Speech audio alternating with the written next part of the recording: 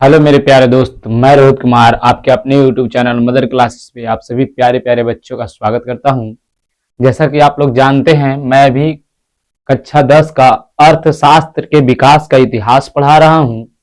आज जो है मेरा लेक्चर नंबर 6 है। किसी भी बच्चे को अगर जो किसी भी प्रकार का दिक्कत हो तो मुझे कमेंट किया करे। आप लोगों का कमेंट का मुझे भी बेसब्री से इंतजार हुआ करता है। तो आप लोग छठे बात में हम चल रहे थे क्या, हम बाबू लोग आप लोग को बता रहे थे मानव विकास सूचकांक आज बताने वाले हैं। इससे पहले बताते थे आर्थिक विकास। क्या बता रहे थे?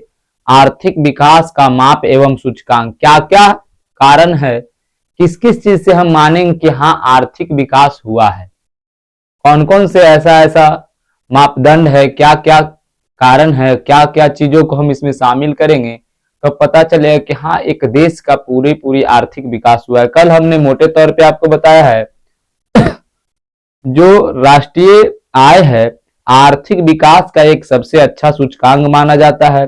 उसके बाद हमने बताया है कि प्रति व्यक्ति आय पर कैपिटा इनकम भी क्या है, राष्ट्रीय आय का क्या माना जाता है, एक सूचकांक माना जाता है, मतलब आर्थिक विकास का सूचकांक माना जाता है। उसी प्रकार से आज तीसरा जो है आर्थिक विकास का सूचकांक, आर्थिक विकास का सूचकांक कि किसी का आर्थिक स्थिति कैसा है। किसी मतलब अगर जो कोई देश का लेते हैं तो कोई देश, एक आदमी के उदाहरण से आज आप समझ लीजिए कि अगर जो कोई व्यक्ति ध्यान से देखेगा 5,000 रुपये महीने का कमाता है। कितना का बाबू? 5,000 रुपये महीने का कमाता है। और वहीं पे बात करें कोई व्यक्ति जो है 50,000 रुपये महीने को कमाता है। कितना बाबू? 50,000 रुपये महीने को कमाता है। तो बताइए पैसा व्यक्ति नंबर ए और व्यक्ति नंबर बी, व्यक्ति नंबर ए के पास ज्यादा है या बी के पास ज्यादा? तो आप जाहिर से आप जवाब देंगे सर ए के पास क्या है, कम है और बी के पास ज्यादा है। तो आर्थिक स्थिति जो है इसका अच्छा है और इसका खराब है। सॉरी, आर्थिक स्थिति इसका खराब है, इसका अच्छा है। मेरे प्यारे बच्चों गलती हो गया, क्योंकि अगर जो पैसा इसके पास कम है और इसके पास ज्यादा है तो इसकी आर्थिक स्थिति खराब, इसकी आर्थिक स्थिति अच्छी हो। उसी प्रकार से जो हमारे देश में आर्थिक विकास में क्या क्या चीज हम लोग मापेंगे तो पता चलेगा कि हाँ हमारे देश की जो आर्थिक स्थिति अच्छी है या खराब है, या हम लोग आर्थिक स्थिति में कितना विकास कर पाए हैं। जैसे मान लेते हैं एक व्यक्ति है जो पढ़कर पुलिस बनता है। क्या बनता है? पुलिस। और एक व्यक्ति है इसी का भाई है जो पढ़ के आईएएस बनता है। क्या बनता है? आईएएस। अब जाहिर सी बात है पुलिस का वेतन 40,000 रुपया है और इसका वेतन 1,80,000 रुपया है। कितना? 1,80,000 रुपया। 1,80,000 रुपया, इसका 40,000 मात्र है। अब ध्यान से सुनिए बाबू, इसका 40,000, उसका 1,80,000 रुपया है। अब हम कहें कि सबसे ज्यादा आर्थिक विकास किसके पास होगा, तो बाबू पैसा सबसे ज्यादा इसके पास होगा। तो जितना भी सारा चीज है, अच्छा से खाना पीना, अच्छे अच्छे स्कूल में अच्छे अच्छे जगह पे जाना इत्यादि सब ये करेगा, ये तो नहीं कर पाएगा बेचारा। तो इसके दोनों को अगर जो देखे तो आर्थिक विकास इसका अच्छा है, इसका आर्थिक विकास थोड़ा कमजोर है दोनों नौकरी में। उसी प्रकार से हम अपने देश के बारे में पढ़ रहे हैं कि आर्थिक विकास की क्या क्या मापदंड होती है पूरे विश्व में, और अपने भारत के समकक्ष भी। कहने का मतलब अपने भारत को भी हम इसी प्रकार से माप सकते हैं कि हमारे भारत में किस प्रकार की अर्थव्यवस्था का क्या है, विकास हो रहा है या फिर आर्थिक विकास हो रहा है। दो हमने बता दिया, राष्ट्रीय आय और प्रति व्यक्ति आय को माप करके, और तीसरा है मानव विकास सूचकांक। बाबू यह मानव विकास सूचकांक जो है, मानव विकास सूचकांक में 3 चीजों को देखा जाता है। अगर जो ये तीनों चीज ठीक है तो माना जाता है कि हाँ यहाँ का मानव विकास सूचकांक क्या है? सही है, इसे ह्यूमन डेवलपमेंट इंडेक्स या ह्यूमन डेवलपमेंट रिपोर्ट के नाम से हम जानते हैं। पहली बात, इसे ह्यूमन डेवलपमेंट इंडेक्स या ह्यूमन डेवलपमेंट रिपोर्ट के नाम से जानते हैं। कहता है इसे संयुक्त राष्ट्र संघ कार्यक्रम यूएनडीपी यूनाइटेड नेशनल डेवलपमेंट और कुछ होता है, कार्यक्रम मतलब होता है प्रोग्राम, कार्यक्रम मतलब प्रोग्राम। बोलता है यूनाइटेड नेशन डेवलपमेंट क्या है, प्रोग्राम के द्वारा इसे जारी किया जाता है। ये प्रत्येक साल जारी होता है। कितना साल? ये प्रत्येक साल मेरे प्यारे बच्चों जारी होता है। और इसमें जो है, इसकी पहली रिपोर्ट जो है महबूब उल हक, एक पाकिस्तान के व्यक्ति हैं जिन्होंने क्या किया था, जारी किया था या तैयार किया था। इन्होंने ही सबसे पहले मानव विकास सूचकांक को देने का काम किया है। तो आपसे क्वेश्चन आ सकता है कि बताइए मानव विकास सूचकांक को सबसे पहले किसने तैयार किया था या किसके निर्देशन में जारी हुआ था? तो महबूब उल हक के द्वारा जारी हुआ था या उन्हीं के निर्देशन पे जारी किया गया था। बताया जाता है कि मानव विकास जो सूचकांक है 1990 ईस्वी में विश्व में सबसे पहली बार आई थी। कितना ईस्वी बाबू? 1990। तो आपसे ये भी क्वेश्चन पूछ सकता है मानव विकास सूचकांक कब आया था या सबसे पहली बार कब दिया गया था? तो 1990 ईस्वी में। इसी को हम शॉर्ट में लिखे हैं ह्यूमन डेवलपमेंट रिपोर्ट या फिर ह्यूमन डेवलपमेंट इंडेक्स, आई भी लिख सकते हैं आर भी। बोला जाता है इसमें जो ह्यूमन डेवलपमेंट है, मानव विकास सूचकांक है, इसमें इसके विकास के 3 सूचकांक है। इसके विकास के 3 सूचकांक कहने का मतलब 3 चीजों को माप के हम बता सकते हैं कि मानव विकास सूचकांक किसी देश का कैसा है। मतलब पहले चीज को हम मापेंगे जीवन आशा। जीवन आशा मतलब वहां के व्यक्ति का जीवन काल कितना है। जितना ज्यादा होगा इसका मतलब उनके पास रहने की व्यवस्था, खाने की व्यवस्था, हॉस्पिटल की व्यवस्था, दवा की व्यवस्था अच्छी है, तब तो वो ज्यादा दिन तक जिंदा रह पा रहे हैं। अन्यथा मालूम चला कि बुखार लगा, बाबा टपक गए। मालूम चला बुखार लगा और दादाजी क्या हो गए, राम नाम सत्य हो गए। तो इसका मतलब उनकी जीवन आशा बहुत छोटी थी। जीना चाहिए किसी व्यक्ति को 60, 70, 80 साल और जी रहे हैं 35 साल। तो जीवन आशा को मापा जाता है कि वहां के जीवन आशा कैसा है, जीवन की आयु कैसा है। दूसरा, शिक्षा प्राप्ति। वहां के व्यक्तियों को जो शिक्षा ग्रहण करने वाले स्थान है या किस लेवल की शिक्षा दी जाती है। जैसे बिहार की बात करते हैं, बिहार में तो खिचड़ी परोस है। पहला से लेकर के 5वां तक के बच्चों को सिर्फ नाम का क्या किया जाता है, पढ़ाया जाता है। हम ऐसे बच्चों को भी पढ़ाते हैं जो 1 से 5 तक के हैं। कभी शाम में हम आप लोग को अगर जो लाइव आप लोग के आशीर्वाद से अगर जो आ गए तो हम दिखलाएंगे। कुछ कुछ बच्चे ऐसे हैं स्कूल में नामांकन 5 में है, अब पता चलता है ककहरा का जो क ख ग घ से लेकर के आकर के मात्रा तक में कुछ चिन्हने के लिए नहीं आ रहा है, फिर भी बेचारा क्लास 5 में है। क्या कीजिएगा, व्यवस्था उस प्रकार से है। लेकिन अगर जो शिक्षा प्राप्ति की आशा अगर जो अच्छी हो, शिक्षा प्राप्ति की आशा अगर जो अच्छी हो, मतलब शिक्षा प्राप्ति का सूचकांक अच्छा हो, अच्छा शिक्षा उसे मिलता हो, तो उसे हम मापेंगे। उसका बाद जीवन स्तर। जीवन स्तर उसका कैसा है, हायर लेवल है, मीडियम लेवल है, लोअर लेवल है। मतलब क्या वहां के देश के लोग के व्यक्ति खूब अमीर हैं या मध्यम वर्ग के हैं, न ज्यादा अमीर न ज्यादा गरीब, उसे मध्यम कहते हैं। क्या पूरा गरीब है या पूरा गरीब है, उसके इन तीनों को क्या किया जाता है लेकर के, और जो जनसंख्या रहती है उससे भाग दे देते हैं, तो क्या प्राप्त हो जाता है, मानव विकास सूचकांक हमें प्राप्त हो जाता है। अब थोड़ा सा देख लेते हैं। मान लिया जाए जीवन आशा है 1 प्लस शिक्षा भी है कितना 1 प्लस जीवन स्तर भी है क्या 1, और भागा दे देंगे 1 से, तो कहेंगे ना इसका 3 है। औसत क्या होगा, एक ही आदमी का निकाल रहे हैं ना, तो औसत ऐसे निकलता है प्रेक्षणों की योग बटे प्रेक्षणों की संख्या।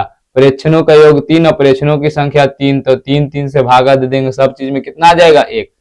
जो ह्यूमन डेवलपमेंट है बाबू, ध्यान से देखिए, आपसे कहेगा मानव विकास सूचकांक या ह्यूमन डेवलपमेंट इंडेक्स या मानव विकास ह्यूमन डेवलपमेंट रिपोर्ट में किसे किसे शामिल किया जाता है। एक छोटे तौर पे हम लिखे हैं जीवन आशा की सूचकांक, मतलब पहले उसका जीवन आशा का सूचकांक निकाला जाएगा, फिर शिक्षा प्राप्ति का सूचकांक निकाला जाएगा और फिर जीवन स्तर का सूचकांक निकाला जाएगा। मतलब इन तीनों में उसका स्थान कैसा है, इन तीनों में उसका उस देश का या उस राज्य का स्थान कैसा है उसके बारे में निकाला जाएगा। उससे ही पता चलेगा कि मानव विकास सूचकांक कैसा। अगर जो ये अच्छा है तो ये अच्छा होगी, खराब है तो खराब।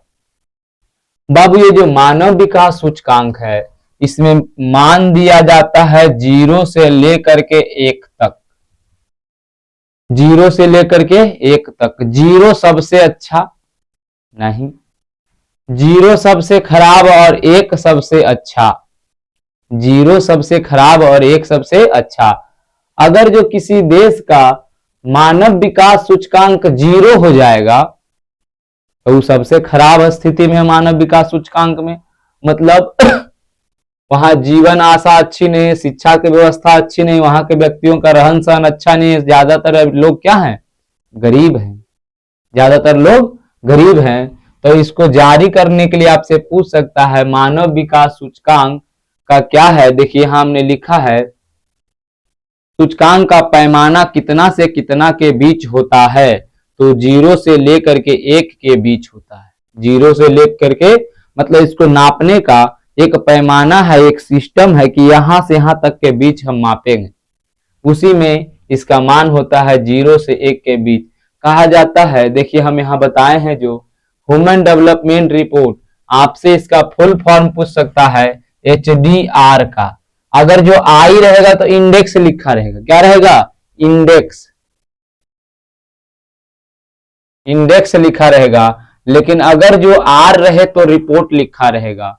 मानव विकास ह्यूमन डेवलपमेंट रिपोर्ट सूचकांक 3 सूचकांकों का औसत होता है, अभी बताया ना, जीवन आशा सूचकांक, शिक्षा प्राप्ति सूचकांक और जीवन स्तर सूचकांक। अगर जो तीनों को हम क्या करें, जोड़ करके और 3 से भागा देंगे तो यही तीनों का औसत निकल के क्या आएगा, मानव विकास सूचकांक। इस औसत में जो 0 से 1 के बीच में होना चाहिए औसत निकाला जाता है। अगर जो 1 होगा तो सबसे अच्छा, 0 होगा तो सबसे खराब। अब इसी में हम देख लेते हैं, देश है, ह्यूमन डेवलपमेंट मूल्य है, मतलब 0 से कितना आगे है कितना पीछे है, और कितना HDI में स्थान, मतलब मानव विकास सूचकांक में क्या है स्थान। देखिए आई लिखे इंडेक्स या रिपोर्ट में उसका स्थान क्या है। कुछ कुछ जो बेहतरीन देश है उनके बारे में हमने लिखा है। बाबू एक बात ध्यान से सुनिएगा आप, यह रिपोर्ट प्रत्येक वर्ष आती है तो यह रिपोर्ट बदलते रहता है। तो ऐसा ना कहें कि सर आप ही जो बता रहे हैं ये नहीं है, हर एक बार बदलते रहता है, इसीलिए हम लोग भी अपडेट होते रहते हैं।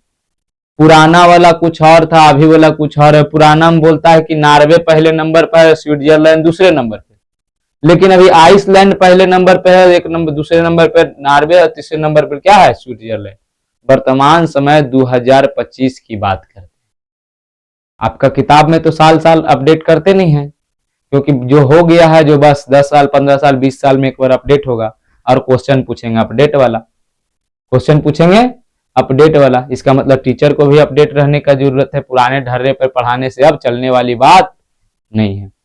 तो मानव विकास सूचकांक में इस पे आप अगर जो आपका क्वेश्चन अगर जो गलत कर देता है कि ऐसा अगर जो क्वेश्चन कहे कि वर्तमान समय में मानव विकास सूचकांक में प्रथम स्थान पे कौन सा देश है, तो यही देखिएगा आइसलैंड, नॉर्वे, स्विट्जरलैंड और चौथे नंबर पर देखिए डेनमार्क।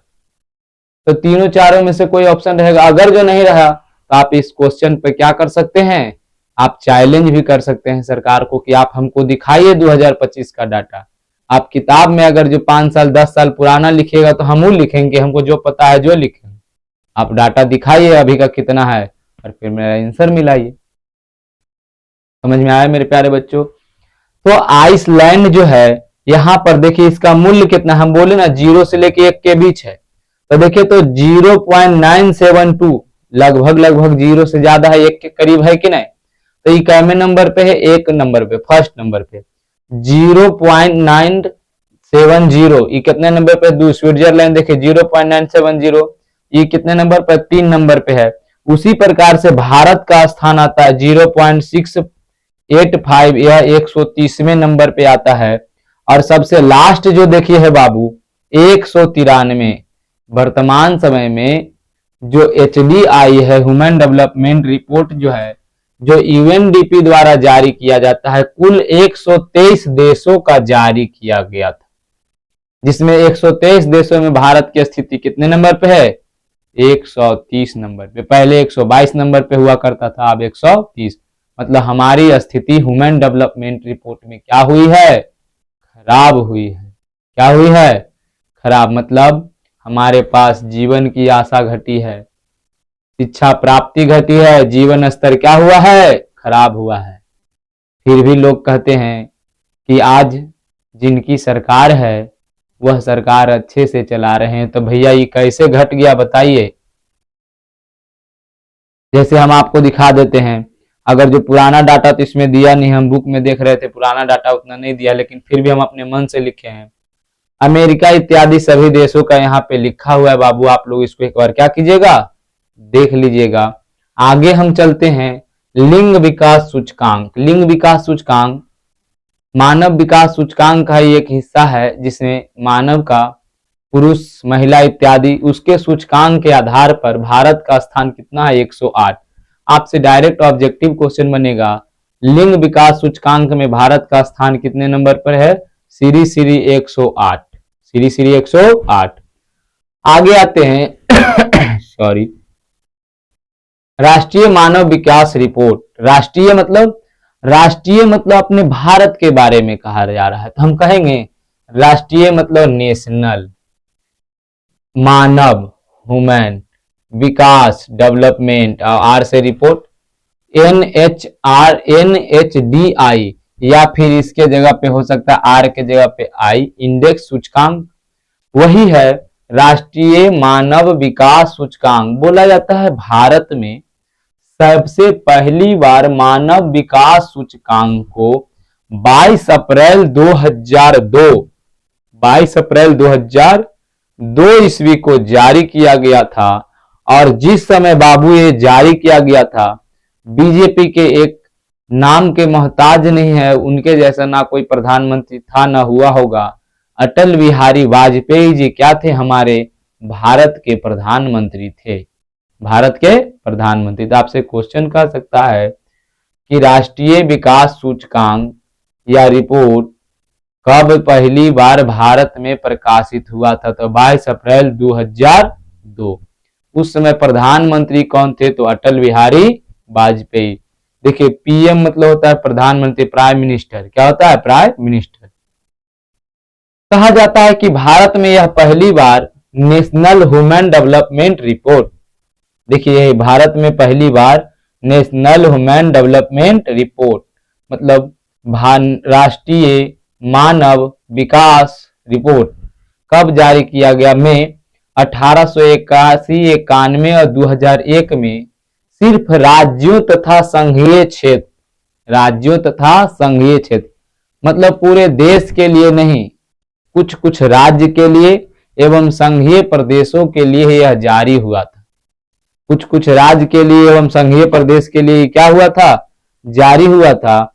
जिसमें आप ध्यान से सुनिए, ये जो सूचकांक है, ये वाला जो सूचकांक आप लोग देख रहे हैं, हमारे भारत के 28 वर्तमान समय में अगर जो माना जाए तो 28 राज्य और 8 केंद्र शासित प्रदेश हैं। उसी प्रकार से उस समय जितने राज्य एवं केंद्र शासित प्रदेश थे, अलग अलग करके कुछ कुछ राज्यों में ऐसा करके क्या किया गया था, लागू। आधारीय संरचना के बारे में हम जानते हैं। यहां तक अगर जो मानव विकास सूचकांक का बात हो गया, अब हम लोग जानते हैं आधारीय संरचना। ये क्या है बाबू, आधारीय संरचना किसे कहते हैं। देखिए इंग्लिश वाला वर्ड से आप लोग समझ जाए, इंफ्रास्ट्रक्चर। आप जब किसी घर को बनाते हैं तो आप कहते हैं नहीं घर के दीवार थोड़ा मोटा होना चाहिए, घर में पिलर बढ़िया होना चाहिए, घर में दरवाजा मजबूत होना चाहिए, खिड़कियां मजबूत होनी चाहिए। अर्थात जब आप अपने घर को बना रहे हैं तो इन बातों का ध्यान देखते हैं। उसी प्रकार से किसी देश के निर्माण के लिए इंफ्रास्ट्रक्चर जो है अच्छी होनी चाहिए, मतलब आधारीय संरचना अच्छी होनी चाहिए, जैसे स्कूल, कॉलेज, सड़क, परिवहन इत्यादि। स्कूल, कॉलेज, सड़क, परिवहन इत्यादि अच्छा होना चाहिए, क्योंकि स्कूल नहीं रहेगा तो बताइए पढ़ के बच्चा इंजीनियर कैसे बनेगा। अगर जो परिवहन अच्छा नहीं रहेगा, मतलब रोड अच्छा नहीं रहेगा, तो एक जगह से दूसरे जगह पर कोई सामान बना है तो जल्दी कैसे पहुंचेगा। बिजली नहीं रहेगी तो बताइए बड़ी बड़ी मशीनें कैसे चलेगी। तो वो सब सारे चीज, वही सब सारे चीज के बारे में है। बोलता है आधारीय संरचना का मतलब उन सुविधाओं तथा सेवाओं से है। उन सुविधा में देखिए तो रोड आपके लिए अच्छा हो तो सुविधा है कि नहीं। बिजली आपके पास अच्छा हो, अभी तो बिहार सरकार फ्री बिजली दे रही है, फ्री तो नहीं कह सकते हैं बल्कि कुछ बिजली फ्री दे रही है, तो हम कह सकते हैं ना कि सुविधाओं तथा सेवाओं, सेवा दे रही है कि नहीं सरकार। सरकार 5 किलो अनाज देती है, सुविधा हो रहा है 5 किलो अनाज खरीदना नहीं पड़ रहा है, सुविधा आपको हो रहा है। तो वही बोल जाता है सुविधाओं तथा सेवाओं से है जो देश के आर्थिक विकास के लिए, देश का आर्थिक विकास होना चाहिए, मतलब जिससे देश को रुपया पैसा प्राप्त हो, जिससे देश को रुपया पैसा प्राप्त हो, सहायक हो, मतलब आर्थिक विकास में सहायक हो, उसे हम आधारीय संरचना कहते हैं। आपसे डायरेक्ट क्वेश्चन कहेगा आधारीय संरचना से आप क्या समझते हैं, या आधारीय संरचना किसे कहते हैं, तो आप इस बात को बाबू एज इट इज जैसे लिखा हुआ है वैसे लिखें, कोई दो संकोच नहीं, इसमें आपको जितना नंबर है फुल मार्क्स दिया जाएगा। आगे हम बात करते हैं कि भैया यह सर बताइए कि आधारीय संरचना में क्या क्या आते हैं। तो बाबू अभी बताएं हम बिजली, परिवहन, संचार, मोबाइल। हेलो कहाँ है जी, घरे आइए ना, तो कहेगा बुलाती है मगर जाने का नहीं। तो संचार में सिर्फ फोन नहीं आता है बाबू, संचार में आता है, लिखते थे मेरे पिया गए रंगून वहां से किए हैं टेलीफोन, हेलो हेलो टेलीफोन भी आता है। समाचार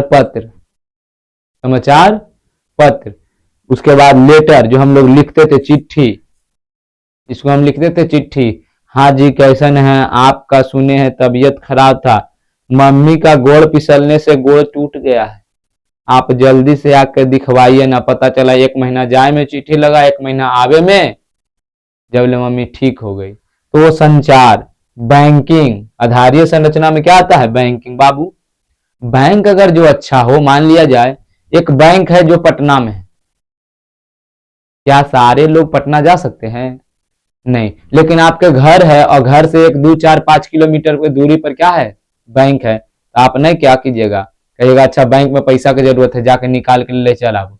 और जब आप उसको निकाल के लाइएगा तो आप क्या बनाइएगा, अपना घर बनाइएगा, नली गली इत्यादि का विकास कीजिएगा। वही बैंक होना चाहिए। स्कूल, अभी बताया स्कूल में पढ़िएगा नहीं तो इंजीनियर बनिएगा कैसे, मास्टर बनिएगा कैसे, डॉक्टर बनिएगा कैसे। कॉलेज अच्छी होनी चाहिए, अस्पताल अच्छी होनी चाहिए, डैम होना चाहिए, डैम जब हम बना देंगे तो वहां के लोगों के लिए, कृषि के लिए जो सिंचाई होती है, सिंचाई की सुविधा मिल जाएगी।